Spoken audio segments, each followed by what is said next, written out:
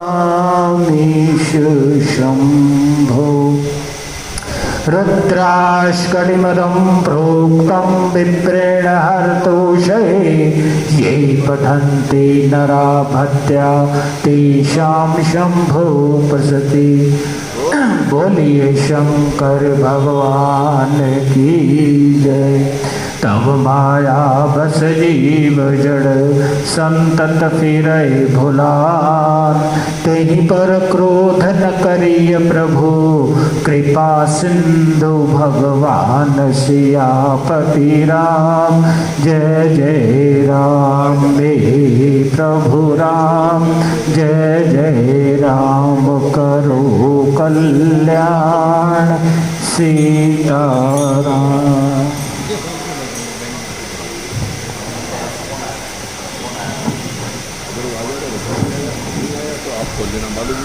बोलिए राजा रामचंद्र महाराज की जय।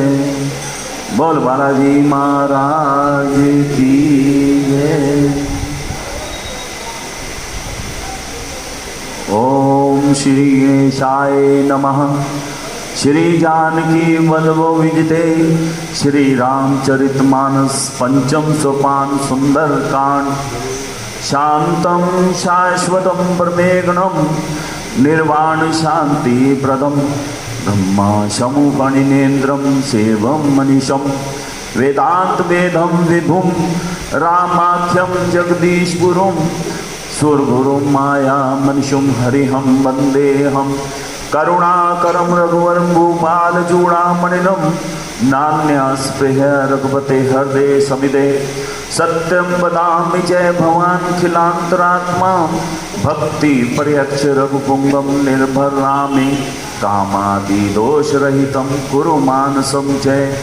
अतुलित बलधामं हेम शैलाभदेहं धनुजवन् किशानं ज्ञानिनाम् अग्रगण्यं सकलगुणनिधानं वानराणां मुदीशं रघुपति प्रिय भक्तं वातजातं नमामि। रामा जामवंत के वचन सुहाए, रामा जय सिया रामा। रामा सुनी हनुमंत हृदय अति भाए, रामा जय सिया राम। रामा तब लगी मोहि परखहु तुम भाई, रामा जय सिया रामा। रामा सही दुख कंग मूल फल खाई, रामा जय सिया रामा। रामा जब लगी आवहु सीत ही देखी, रामा जय सिया रामा। रामा होई काज मोहि हर्ष विशेषी, रामा जय सिया रामा। रामा यह कही नाई सबन कहूँ माता, रामा जय सिया राम। रामा चलाहूँ हर्षि धरि रघुनाथा, रामा जय सिया रामा। रामा सिंधु तीर एक बूद सुंदर, रामा जय सिया रामा। रामा को दुख को गणहु पर, रामा जय सिया रामा। रामा बार बार रघुवीर संभारी, रामा जय सिया रामा। रामा तर कहूँ पवन तने बल भारी, रामा जय सिया। रामा जय गिरि चरण देहि हनुमंत रामा जय सिया राम रामा चलहु सोगा आतन तुरंत रामा जय सिया राम रामा जी नियमोग रघुपति कर बाना रामा जय सिया राम रामा एहि बाती चल हनुमान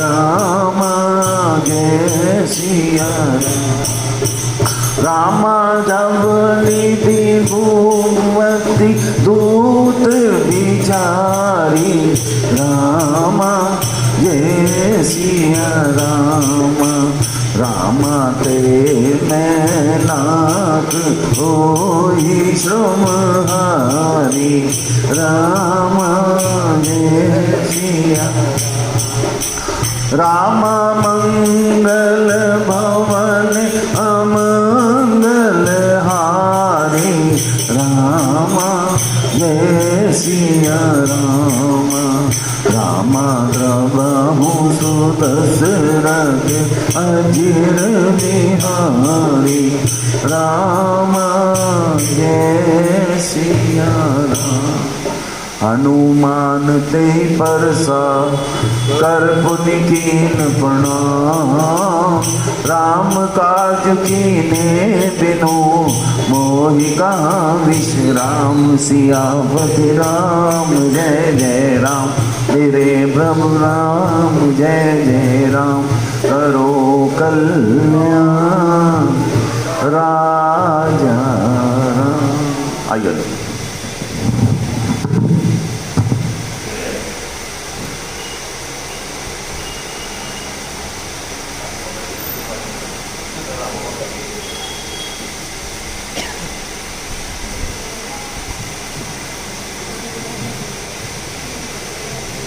जनक सुता जग जननी जानकी अतिशय प्रिय करुणा निधान की पाके जुग पद कमल बनावो जासु कृपा निर्मल मति पावो सीताराम चरण रति मोरे अनुदिन पढ़ायु अनुग्रह तोरे तार तार भर मांगो हर्ष देव श्री राम पद सरोज अन पायनी भक्ति सदा सतसंग सियावर राम जय जय राम मेरे प्रभु राम जय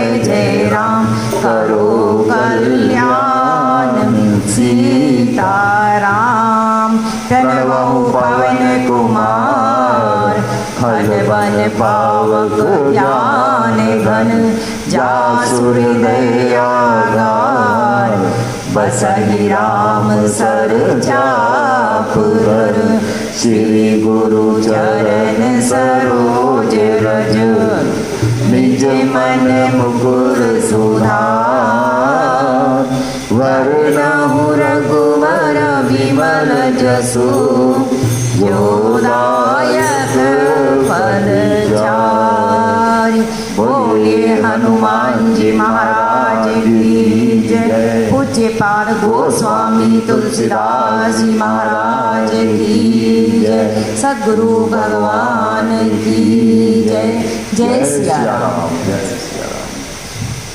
रामचरितमानस के पंचम सोपान सुंदरकांड में कल हम प्रवेश कर चुके हैं और सुंदरकांड की फलश्रुति गोस्वामी जी ने वैसे तो हर सोपान की फलश्रुति बताई है, लेकिन सुंदरकांड की फलश्रुति ये है सकल सुमंगलदायक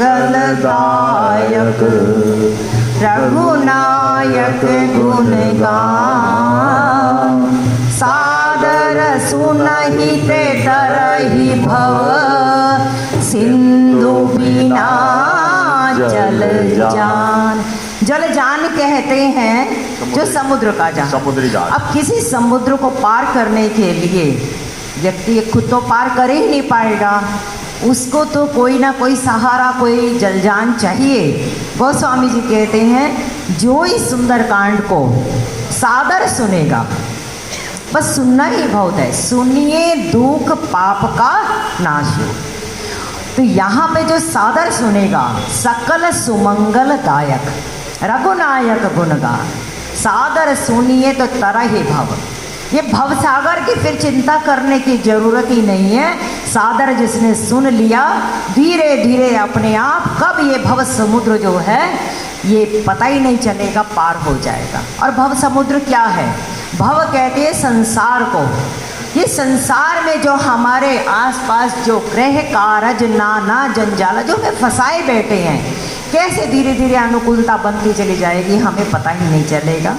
ऐसे सुंदरकांड में हम लोगों ने कल हनुमान जी के जन्मोत्सव के दिन प्रवेश किया और अब आगे हम 3 श्लोक तो उनके कर ही चुके हैं। गोस्वामी तुलसीदास जी ने पहले भगवान राम की वंदना की है 2 श्लोकों में, और फिर उसके बाद हनुमान जी की वंदना करते हुए अतुलित बलधामम हेम शैलापदेहम धनुजवन कृशानम ज्ञानिनाम अग्रगण्यम सकल गुण निधानम वानरानाम धीशम रघुपति प्रिय भक्तम वात जातम नमामि। 8 विशेषणों से हनुमान जी की स्तुति करी है और फिर उसके बाद कोई दोहा नहीं, कोई सोरठा नहीं, बहुत जल्दी से प्रभु को पहुंचना है, हनुमान जी को पहुंचना है सीता की खोज के लिए। संतों का कहना है 100 योजन का ये समुद्र है। अब 100 योजन की जो गिनती आती है, 1 योजन है 12.87 किलोमीटर। 1 योजन 12.87 किलोमीटर का 1 योजन है। तो आप लगा लें कि जो 100 योजन बनेगा तो 1287 किलोमीटर हो गया। 1287 किलोमीटर मोटा मोटा कि मुंबई से थोड़ा सा आगे, मुंबई 1130 किलोमीटर के आसपास है, थोड़ा सा और उससे आगे, या समझ लो कि यहाँ से कोलकाता जो है वो 1305 किलोमीटर है। ये एरियल व्यू है, क्योंकि हमारे हनुमान जी ने फ्लाइट की है सीधी की सीधी, हवा से गए हैं वो, क्योंकि रोड का डिस्टेंस अलग होता है और हवा का डिस्टेंस, फ्लाइट का डिस्टेंस अलग होता है। तो फ्लाइट का जो एयर का डिस्टेंस है यहाँ से कोलकाता का 1305 किलोमीटर है मोटा मोटा, और ये 1287 किलोमीटर पड़ता है। अब 1287 किलोमीटर मैंने कोलकाता तक के समुद्र की सीधी फ्लाइट, अब ये तो मैनाक ने रुकवा लिया बीच में, वरना उनकी तो फ्लाइट सीधी चल रही थी दिल्ली टू कोलकाता, ये मोटा मोटा बताया। और अगर इधर पश्चिम में चले जाओ तो मुंबई से थोड़ा सा आगे, सीधी की सीधी फ्लाइट ले रहे हैं हनुमान जी। और जितनी जल्दी हनुमान जी को है उतनी ही जल्दी हमारे गोस्वामी तुलसीदास जी को भी है। और उन्होंने कोई दोहा नहीं, कोई सोरठा नहीं, क्योंकि प्रायः उसमें विश्राम होता है। हनुमान जी भी कहते हैं राम काज कीने बिनु मोहि कहाँ विश्राम। तो यहाँ पे जब चौपाई शुरू करते हैं, जामवंत के वचन सुहाए सुनि हनुमंत हृदय अति भाए। जामवंत के वचन सुहाए, कौन से वचन है जामवंत के जो उनको अच्छे लगे हनुमान जी को? हम सब जानते हैं कि हनुमान जी को सिवाय परमात्मा के नाम के सिवाय, जो आप भी भजन गाते हैं कि उनको जिस नाचते मिलेंगे हनुमान, उनको राम नाम ही पसंद है। वो कहेंगे राम राम, वो सुनेंगे राम राम, वो कहेंगे राम राम, वो सुनेंगे राम राम। कुछ भी सुनते नहीं बस सुनेंगे राम राम। श्री राम की गली में तुम जाना, वहाँ नाचते मिलेंगे हनुमाना। श्री राम की गली में तुम जाना, वहाँ नाचते मिलेंगे हनुमान। तो हनुमान जी को तो रामचरित्र राम गुणगान ही पसंद है। और जब जामवंत जी को उन्होंने कहा एकदम जोश में कि कहो तो मैं रावण को मार के वहाँ से आ सकता हूँ, लंका को उखाड़ के ला सकता हूँ, तो वहाँ जामवंत जी ने कहा आप इतना कुछ मत करना।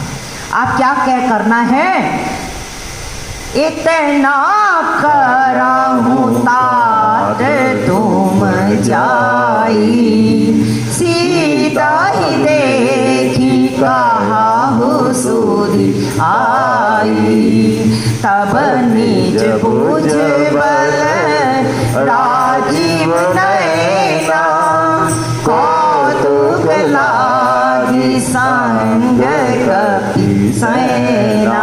अपने आपका काम इतना ही है, आप जाओ और सीता जी को देख कर आओ और उनकी यहाँ हमें सुधि बता दो, बाकी काम तो हमारे राम ही करने वाले हैं। अपनी कपि सेना को संग लेकर और वो वहाँ से निशाचरों को जीत के और लेकर कपि सेन संग संहारी निशिच राम सीता ही आनी है, त्रैलोक पावन सुजस सुर मुनि नारद आदि बखानी है।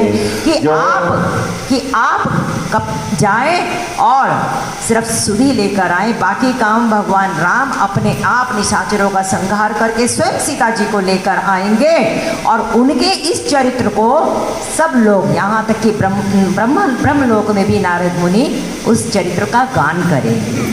और ये वचन सुनकर जामवंत जी को बहुत प्रसन्नता हुई कि मेरे प्रभु के चरित्र का गान होना चाहिए, चाहे मुझ में कितनी भी क्षमता हो, लेकिन मेरे प्रभु का जहाँ नाम होगा वहाँ पर मुझे पीछे ही। और यही एक सेवक का लक्षण भी है कि सेवक अपने स्वामी को ही आगे बढ़ा के और उसके काम को भी आगे बढ़ा के करेगा और मान भी उन्हीं को ही देगा। अपने लिए चाहे उसमें कितनी भी क्षमता हो वो पीछे ही रहेगा। और यहीं से भी प्रसंग जामवंत के वचन सुहाए। ये सुंदर वचन जो उन्होंने उनको शिक्षा दी, उपदेश दिया, वो हनुमान जी को बहुत अच्छा लगा और सुनी हनुमंत हृदय अति भाए।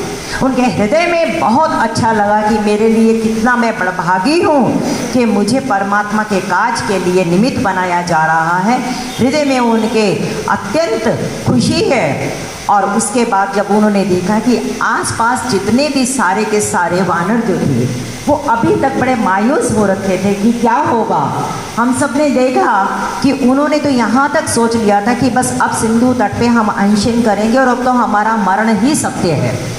तो उनको सांत्वना देने के लिए, क्योंकि हनुमान जी तो बिल्कुल मानसिक रूप में तैयार हैं फ्लाइट लेने के लिए लंका की, ये पहली फ्लाइट है लंका को जो जा रही है। उसके बाद विभीषण जी की फ्लाइट यहाँ पर आएगी, एक गया एक आया, ठीक है। अब मज़े की बात देखो, हनुमान, बाकी सब ने बोला कि हम में तो इतना इतना बल है, सब ने अपने अपने विजिटिंग कार्ड छपवा रखे थे कि मैं तो 10 योजन जा सकता हूँ, मैं 20 योजन, कोई कहे मैं 50 योजन, मेरी इतनी क्षमता है। अंगद ने कहा मैं जा सकता हूँ लेकिन आ नहीं सकता, आने में संशय। लेकिन ये देखो हनुमान जी तो जा भी सकते हैं और आ भी सकते हैं। जो विभीषण जी आए हैं वो भी तो लांग कर आए हैं, वहाँ पर उनको तो कोई संशय नहीं, इसका मतलब उनका भी तो बल उसी हिसाब से होगा ना, वो भी तो भगवान के पास पहुँचे हैं। और जबकि भगवान का डिस्टेंस तो और भी ज़्यादा होगा क्योंकि ये तो सिंधु तट पे हैं और विभीषण जी तो वहाँ पहुँचे हैं जहाँ भगवान राम के पास ही पहुँचे हैं, जहाँ सुग्रीव वगैरह सब थे। तो इसका मतलब ये है कि एक फ्लाइट जब वहाँ गई है तो हनुमान जी ने कितनों के रास्ते क्लियर कर दिए। लोग सोचने लगे कि जब वो भी कर सकते तो हम भी क्यों नहीं कर सकते।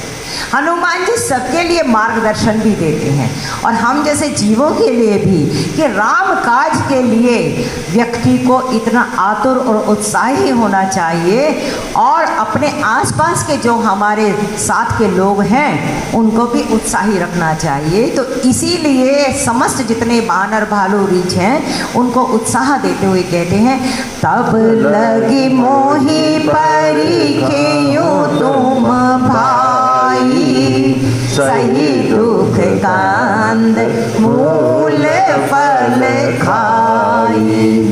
अब हनुमान जी उनको कहते हैं कि देखो भैया, भाई कह रहे हैं उनको, जबकि उनको पता है इसमें से कोई भी कुछ नहीं कर सकता है और मुझे ही चुना गया है। हम जैसे मनुष्यों की हो तो हम तो अपने आप को समझ ले कि ओहो हो पता नहीं हम क्या हैं, लेकिन हनुमान जी की विनम्रता देखो, उन सबको भाई कहके, क्योंकि उनको पता है कि साथ तो हम सब चले हैं। ये है एक टीम वर्क। आपको मालूम है हनुमान चालीसा जो है और सुंदरकांड, अब भी लोगों को मैनेजमेंट की क्लासों में भी इनको सिखाया जा रहा है कि कैसे हनुमान जी जो हैं एक इतने अच्छे कॉर्पोरेट मैनेजर भी है, कैसे टीम वर्क को काम करते हैं, कितना कितना हमें इनके चरित्र से सुनने को देखने को मिलता है। तो यहाँ पे वो उनको सबको भाई के संबोधन से कहते हैं कि तुम ये मत सोचो कि मैं कुछ विशेष हो चुका हूँ। भाई का मतलब है कि हम सब बराबर हैं, कोई छोटे और ऊंचे नीचे की बात नहीं है। लेकिन मैं ये तब लगी और जब लगी, दो शब्द आए हैं चौपाई में। तब लगी मोहि परिखेयूं तुम भाई, सही दुख कंद मूल फल खाई। तब लगी से हनुमान जी ने वानरों को निश्चित कर दिया कि तुम टेंशन मत लो कि क्या होगा। तब लगी माने जब तक मैं नहीं आता हूँ। अब यहाँ कोई उन्होंने ना एक अवधि नहीं डाली। जैसे बाली के समय में बाली ने सुग्रीव को कह दिया था कि मैं 15 दिन में नहीं आऊँगा, एक पखवाड़े में नहीं आऊँगा, तो तू समझ लेना सुग्रीव को कहा था कि मैं मारा गया हूँ। अब 15 दिन हो गए।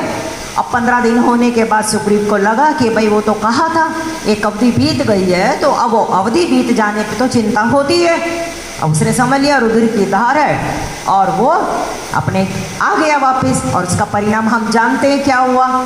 हनुमान जी की ये व्यवहारिकता भी है, दूरदर्शिता भी है, और उन परिस्थितियों से उन्होंने जो सीख ली है वो ये ली कि मैं अब जा रहा हूँ लंका में।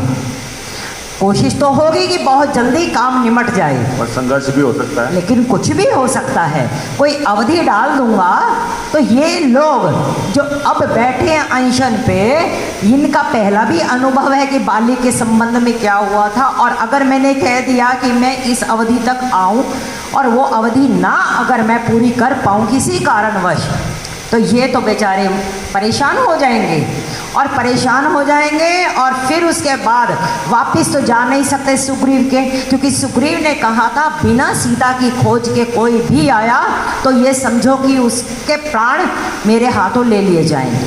तो वहाँ जाएंगे तो प्राण हाथ में ले लिए जाएंगे।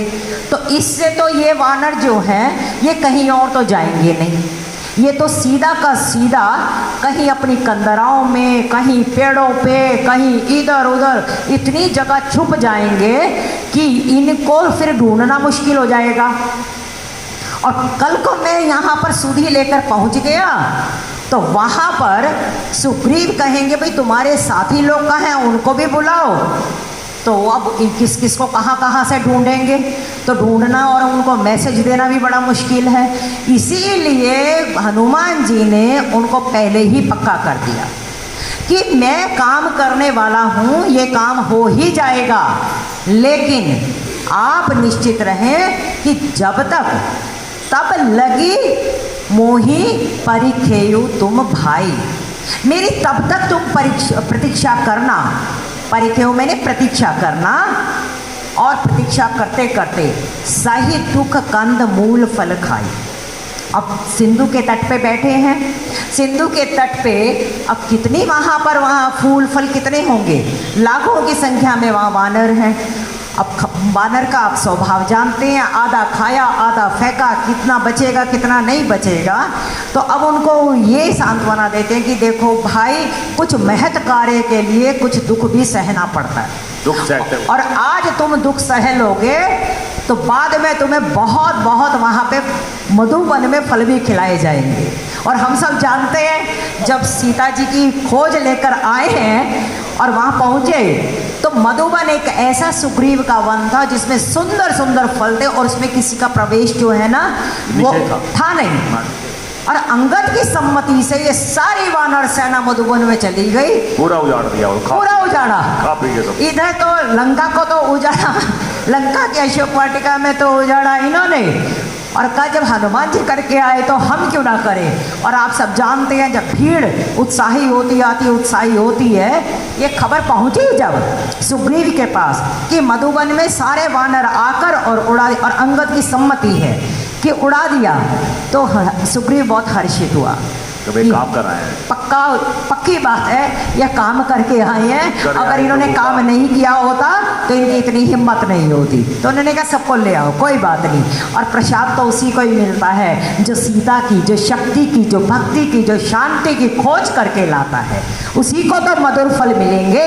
तो यहाँ पर हनुमान जी ने सारी वानर सेना को कहा कि तुम थोड़ा सा दुख सह लो, जितना तुम्हें यहाँ मिले मिले, नहीं तो तुम्हें स्वयं प्रभा की बिल का भी पता है। स्वयं प्रभा की गुफा में चले जाना और वहाँ जाकर तुम्हें जो खाना हो खा लेना, लेकिन एक दूसरे की पूंछ पकड़ के जाना।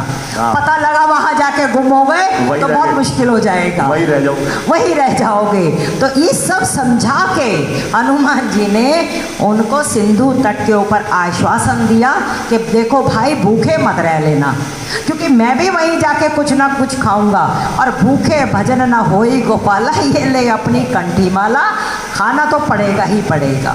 तो ऐसा आश्वासन देते हुए हनुमान जी की यात्रा चलती है, और उसमें एक और भी आश्वासन दिया कि तुम तो यहाँ पर खाना अपना ध्यान रखना, और जब लगी आवो सीता ही देखी,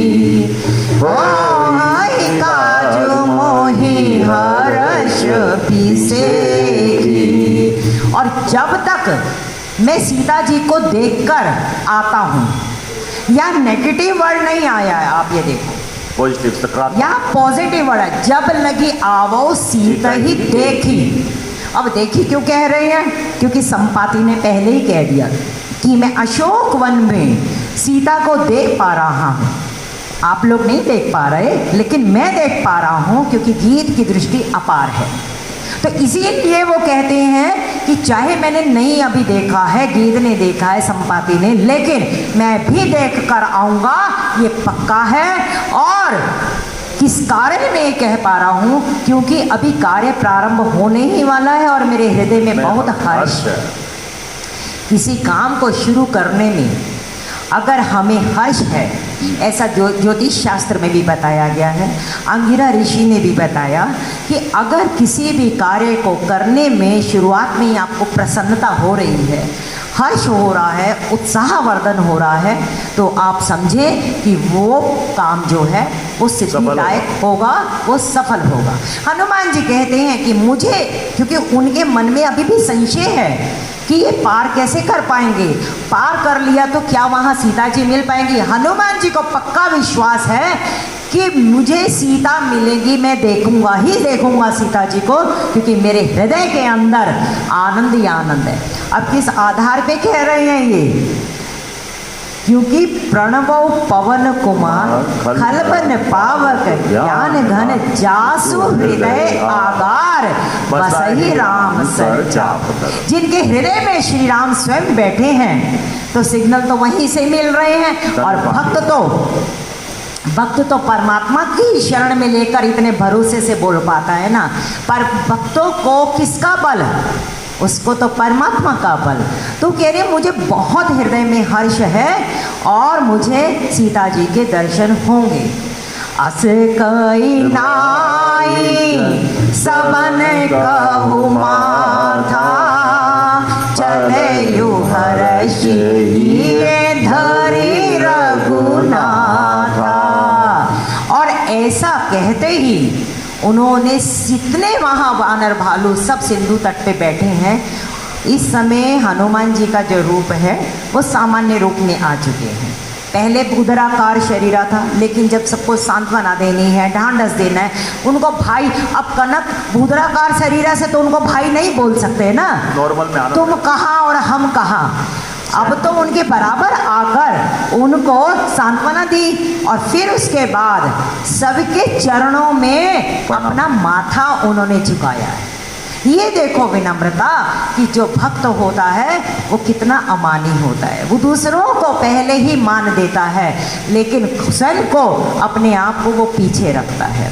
और यहाँ किसके नहीं भेजना उन्होंने उचित समझा कि हम सब निकले थे इकट्ठे एक टीम में, अब अगर मैं इनको भेज देता हूँ पहले, तो ये अब जैसे हम जैसे लोग हों और उसमें से एक बंदा काम करा तो उसने कहा भाई तो जा, मैं तो करके आ जाऊंगा, कोई बात नहीं। अब ये हनुमान जी, ये सारे वानर जाके वहाँ खड़े हो जाते और बाद में हनुमान जी सीता जी की खोज करके लाते तो जय जयकार किसकी होती? हनुमान जी की। लेकिन इस समय जब सारी टीम इकट्ठी गई है तो सम्मान भी तो सभी का ही हुआ है।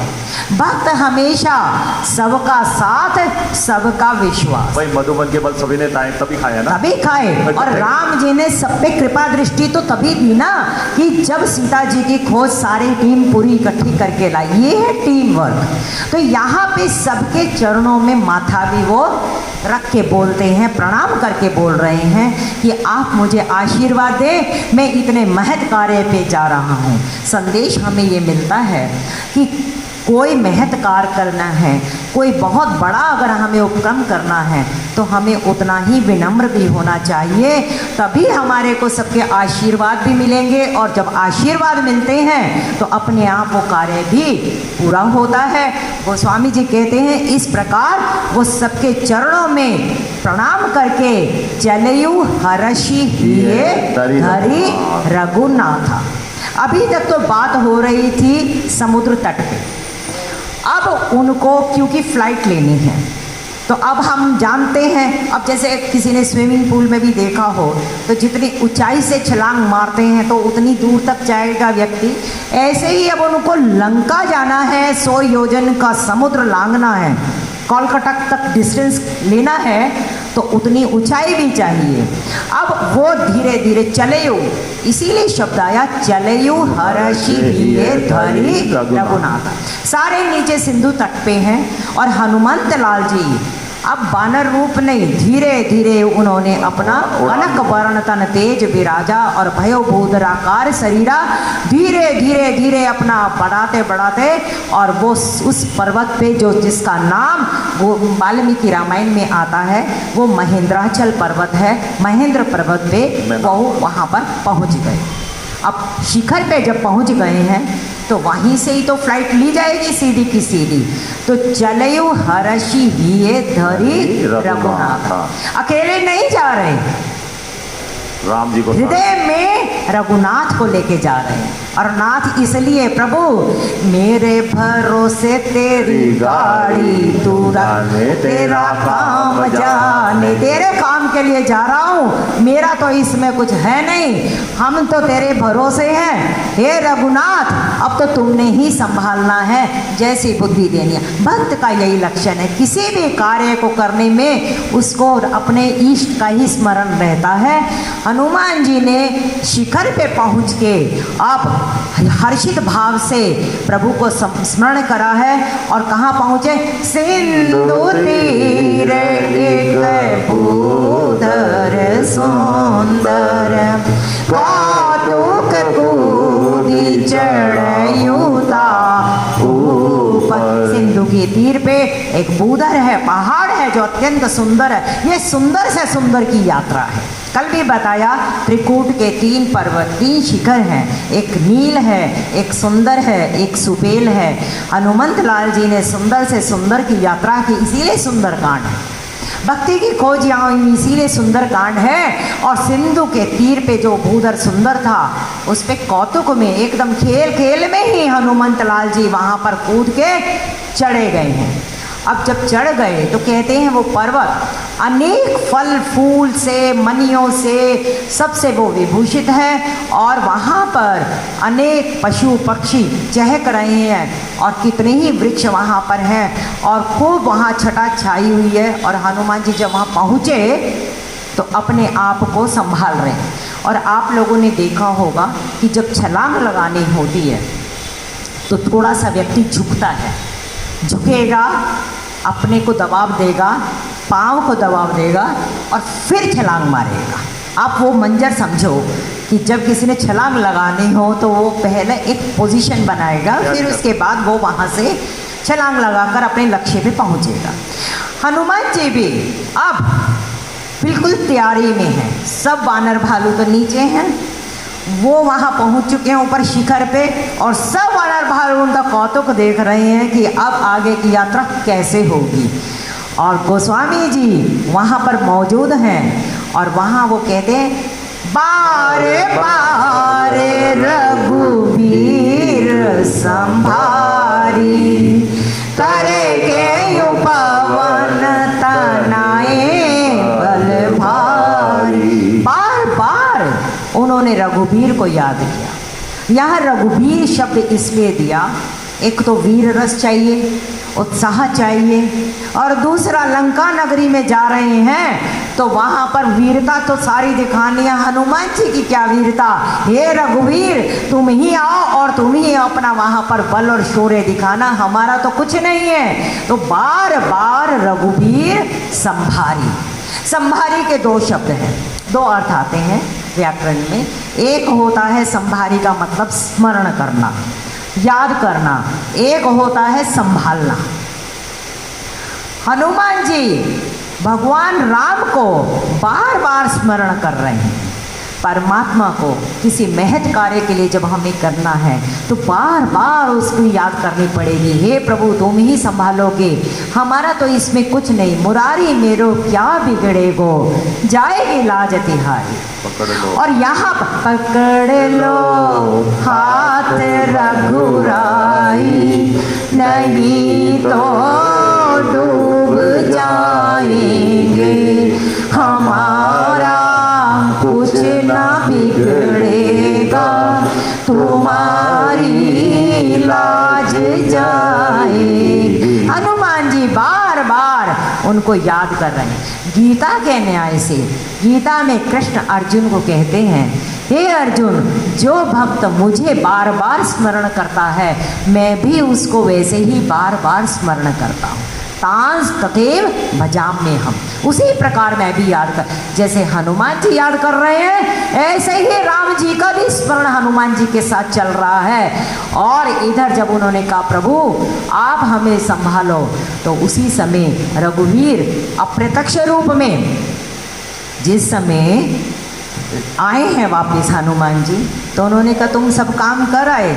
उन्होंने कहा प्रभु मैंने क्या काम करना था, आप ही गए थे, आप ही ने संदेशा दिया, मेरा तो इसमें कुछ भी नहीं है। तो यहाँ पे बार बार उनको याद कर रहे हैं और जैसे याद कर रहे हैं तो बार बार याद करने से रघुवीर भी उनको बार बार संभाल रहे हैं। और तरकयु पवन तनय बल भारी। अब पवन तने नाम इसलिए दिया क्योंकि वायु का, पवन का वेग भी होता है और पवन बलशाली भी होता है। पवन का धक्का आगे तक पहुंचा देता है, तो इसीलिए उन्होंने पवन तने ने, पवन पुत्र ने अपने भारी बल को एकदम बड़े वेग से वो उछले हैं। ऐसा वाल्मीकि रामायण में आता है कि जिस समय उन्होंने अपने पैरों से अभी दबाने की कोशिश करी छलांग लेने के लिए, तो जितने वो पर्वत में मनियाँ थी, जितने वृक्ष थे, वो सब के सब हिल गए, मनियाँ बाहर आ गई, पर्वत बिल्कुल एकदम डामाडोल हो गया कि ये हो क्या रहा है।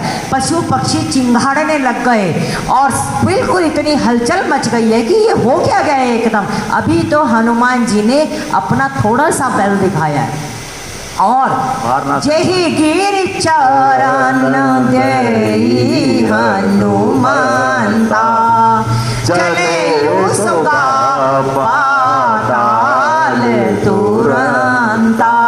जैसे ही अभी उन्होंने अपने पैरों को दबा के उछलने के लिए वेग से पैर जमा के उछलने की कोशिश की, उतने से ही पर्वत जो है पाताल में चला गया।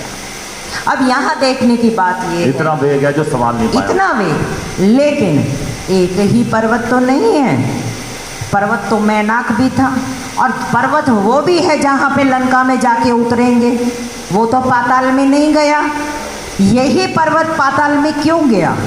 इसलिए गया कि इस समय हनुमान जी को फ्लाइट लेनी है। आप ये देखो, जब रनवे पे दौड़ के चलता है और उड़ता है जब रनवे पे चलता है तो थोड़ा थोड़ा चलेगा, चलते चलते चलते जब वो फ्लाइट लेता है तो आप सबने अनुभव करा होगा जो फ्लाइट में बैठे होंगे, जंप सा लेता है, सबके पेट में ना बटरफ्लाई सी होनी शुरू हो जाती है एक बार को जब फ्लाइट लेते हैं ऊपर। ऐसे ही सारे जितने वहाँ आसपास की प्रकृति थी वो एकदम कुलबुला उठी, और पर्वत तो बिल्कुल, क्योंकि बल था, वेग था और दबाव था, उससे वो पाताल में चला गया। अब पाताल वासियों को हुआ कि ये क्या हुआ, ये बिना बुलाए मेहमान यहाँ से कहाँ से क्या घटना घट रही है, और इतनी देर में कोई समझे। हनुमान जी ने सीधी फ्लाइट क्या ली, बोल जय श्री राम, जय श्री राम, जय श्री राम, जय श्री राम।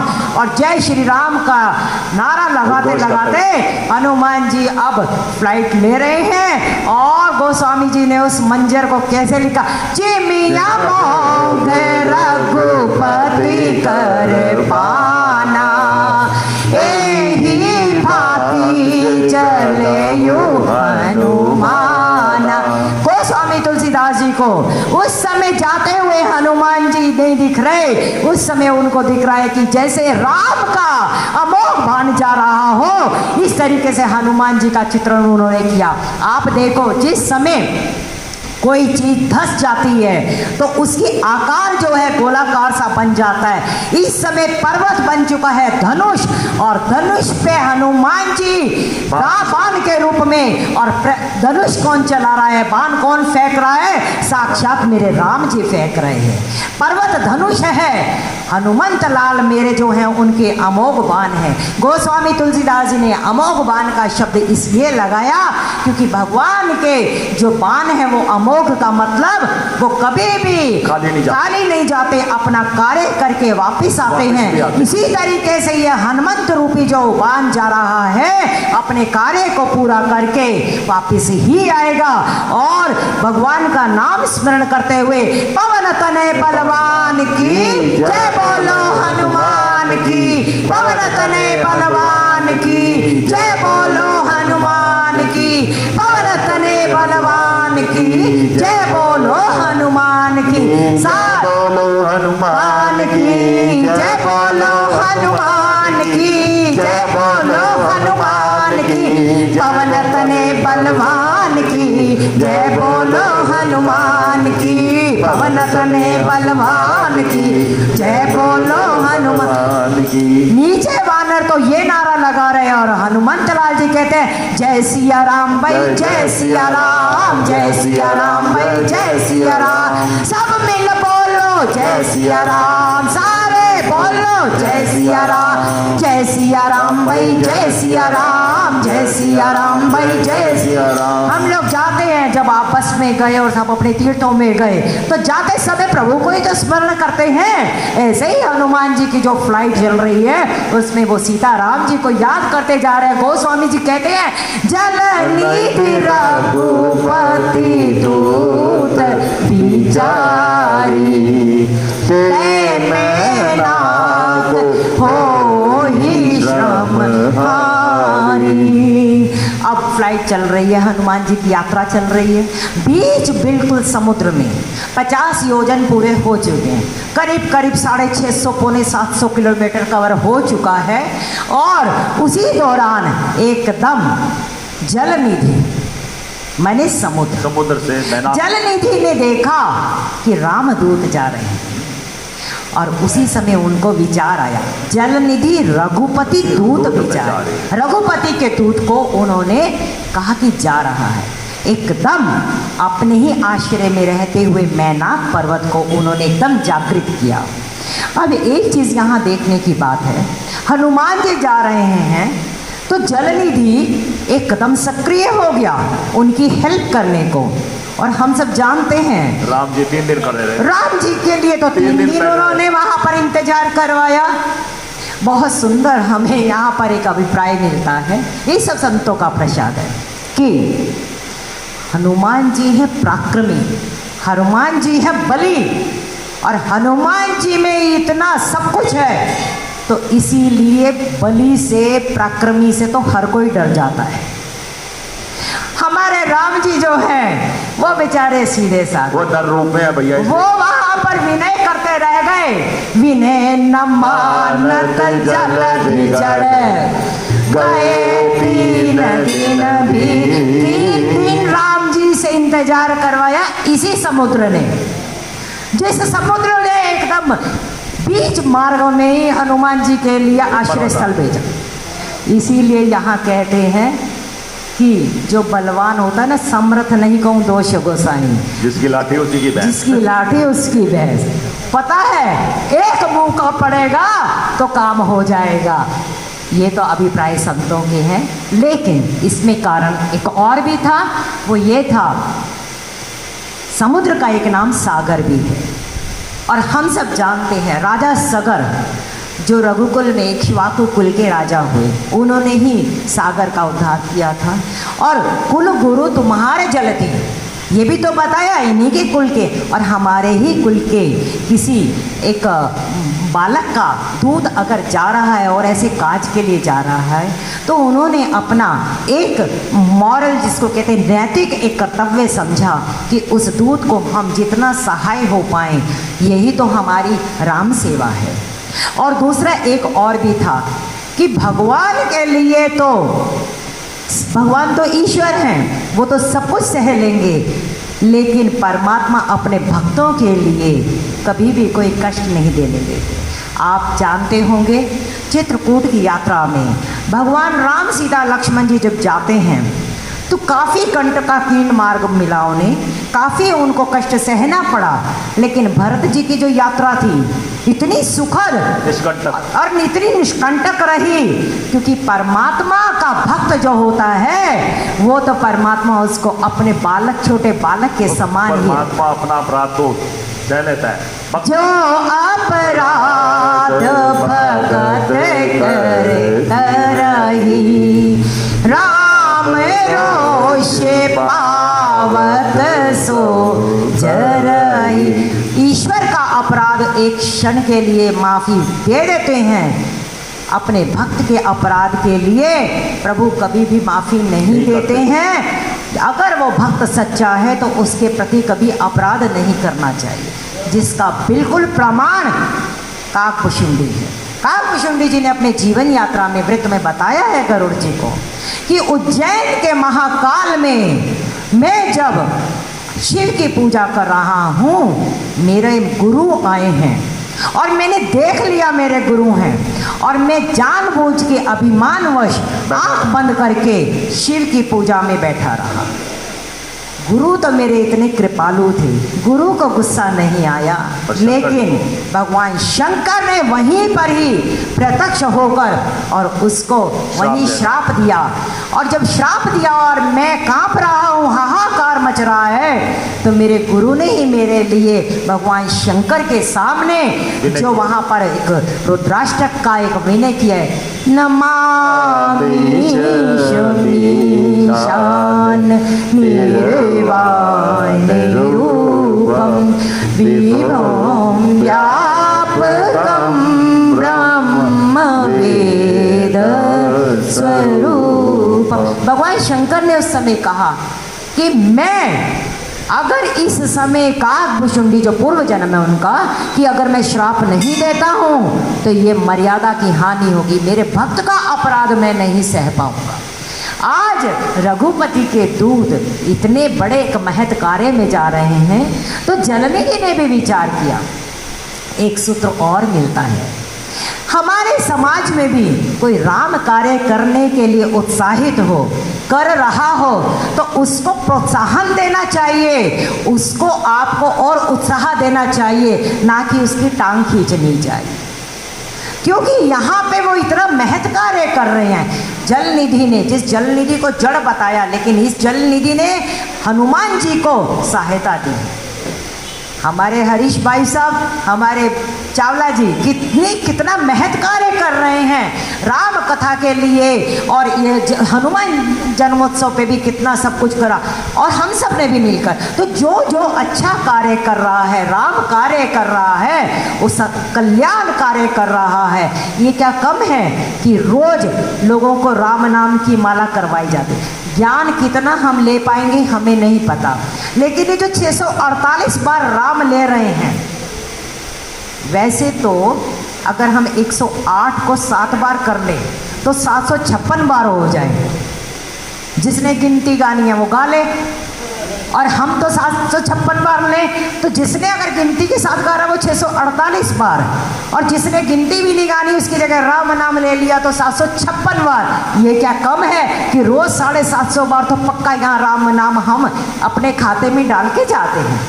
तो जो ऐसे महत् कार्य करते हों उनको उत्साहित देना चाहिए, उनको भी हमें फैसिलिटेट करना चाहिए। ये सूत्र हमें यहाँ मिलता है।